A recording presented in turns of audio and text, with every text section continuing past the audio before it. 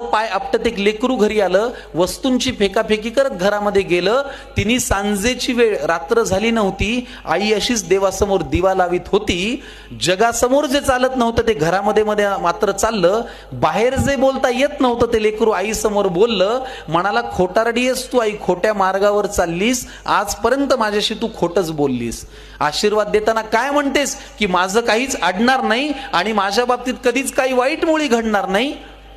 आईपासून काय लपतंय तिच्या लक्षात आलं. तिने बाळाला घोटभर पाणी प्यायला दिलं.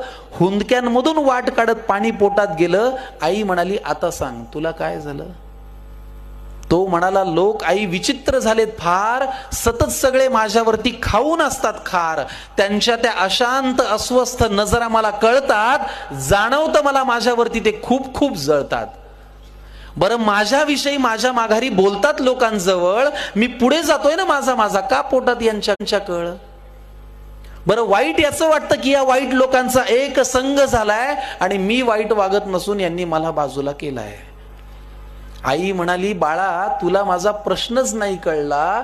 मी तुला काय झालं म्हणाले, तू त्यांचा त्रास सांगितला. सोडून दे ना, तुझ्यावरती ते रुसतायत का हसतायत, कारण तुला पूर्ण करायची स्वप्न ही तुझ्याच डोळ्यांना दिसतायत. त्यामुळे तुझ्या अपयशाची लोक पाहतायत ती सगळी स्वप्ने खोटी कर. तुझ्या अपयशाची लोक पाहतायत ती सगळी स्वप्ने खोटी कर. दुसऱ्यांची रेघ पुसण्यापेक्षा तू स्वतःची मोठी कर. आणि हे केलंस तर तुझं खरंच काही अडणार नाही. आणि आई आजही तेच म्हणेल, माझ्या बाळाचं वाईट काही घडणार नाही. आईच्या तोंडी देवाचा साक्षात्कार घडला आणि तिने लावलेल्या दिव्याचा लख प्रकाश पडला.